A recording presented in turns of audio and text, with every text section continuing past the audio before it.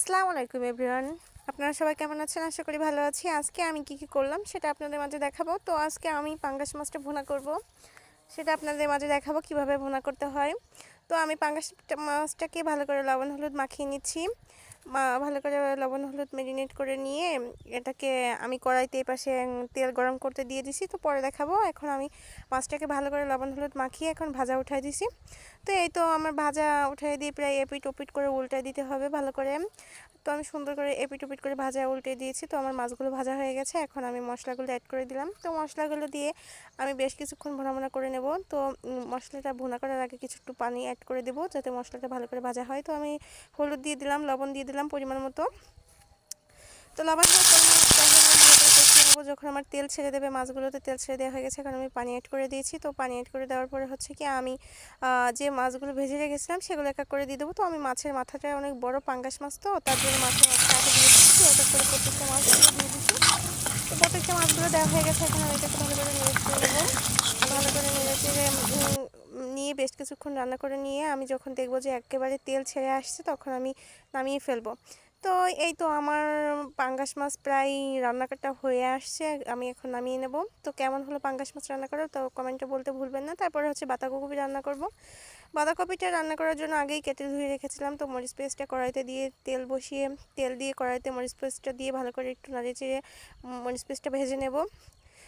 মনে তো আমার ভিডিওগুলো আপনাদের কার কাছে কীরকম লাগে আমি জানি না। যদি আপনাদের ভিডিওটা ভালো লাগে তো একটা সাবস্ক্রাইব করে দিন, একটু লাইক কমেন্ট শেয়ার করে দিন। তো এই তো আমার মরিচ পেস্টটা ভাজা হয়ে গেছে। তো আমি এখন বাঁধাকপিগুলো ধুয়ে রেখেছিলাম সেগুলো কড়াইতে অ্যাড করে দিয়ে আমি এখন বেশ কিছুক্ষণ নাড়িয়ে চেড়ে নেব। এটাতে আমি একদমই পানি ইউজ করব না। তো আমি লবণ হলুদ দিয়ে এটাকে রান্না করে নেব। তো আমার এই যে রান্না প্রায় শেষের পথে।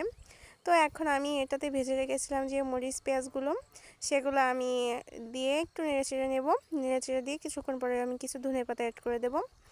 তো এখন আমি ধনেপাতা দিয়ে দিলাম, ধনেপাতা দেওয়া হয়ে গেছে, এখন আমি নামিয়ে নেব। তো এই তো আমার বাঁধাকপি রান্না শেষ। তো কেমন হলো আপনাদের কাছে বাঁধাকপি রান্না তো সেটা আপনারা কমেন্টে বলতে ভুলবেন না। আমার প্রিয় ভাই বোনেরা যারাই আমার ভিডিও দেখেন তারা আমার ভালোবাসা ও শ্রদ্ধা নিয়েন।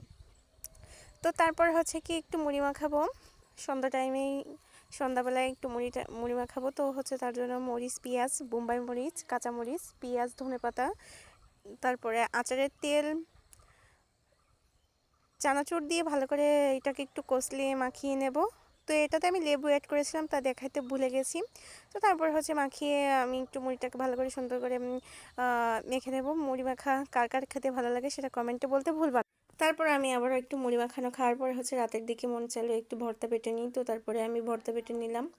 তো আমি ভাতের ভিতরে সিদ্ধ করে রেখেছিলাম, এর ভিতরে সিদ্ধ করে রেখেছিলাম মুখিগুলো, তার জন্য হচ্ছে কি আমি সব কিছু এখন বেটে নেবো। বেটে নেওয়া হয়ে আসছে প্রায়, আমি লবণ, শুকনা মরিচ, তারপরে হচ্ছে তোমার সরিষা এগুলো দিয়ে ভালো করে বেটে নেব। ফিনিশ হয়ে গেলে আমি যে তারপর হচ্ছে রসুন, এর ভিতরে আবার রসুন দিয়েছিলাম, রসুন দিয়ে যে ঘাটিগুলো ভাতের ভিতরে ভর্তা দিয়েছিলাম তার জন্য হচ্ছে কি আমি তোমাদের দেখালাম। তো এভাবে কে কে ভর্তা বানিয়ে খাও আমাকে কমেন্টে বলতে ভুলবা না। আর আমার রেসিপিটাও কেমন লাগলো সেটা বলতেও ভুলবা না। তো আমি এটাকে ভালো করে ফিনিশ করে নেব।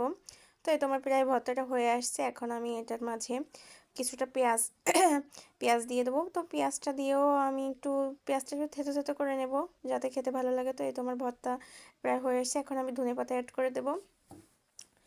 ধনেপাতা দিয়ে আমি ভালো করে এটাকে একটু মাখিয়ে নেব। তো মাখানো হয়ে গেছে। তো এই তো আমার ভর্তার ফাইনাল লুক। কে কীরকমভাবে ভর্তা খেতে পছন্দ করে তো সেটা আমাকে কমেন্টে জানিয়ে দিও। আর আমার ভর্তার রেসিপি তোমাদের কেমন লাগলো সেটাও আমাকে বলতে ভুলবা না। এরকম ঝাল ঝাল ভর্তা দিয়ে কে পাটায় মেখে ভাত খেতে পছন্দ করো সেটাও আমাকে কমেন্টে করে বলো। আমি এই তো এখন পাটাতে ভাত মাখিয়ে খেয়ে নেবো। আসলেও অসাধারণ ছিল, অনেক সুন্দর ছিল ভর্তাটা। তো ধন্যবাদ, এই ছিল আজকে আমার ভিডিও। সবাই ভালো থাকবা।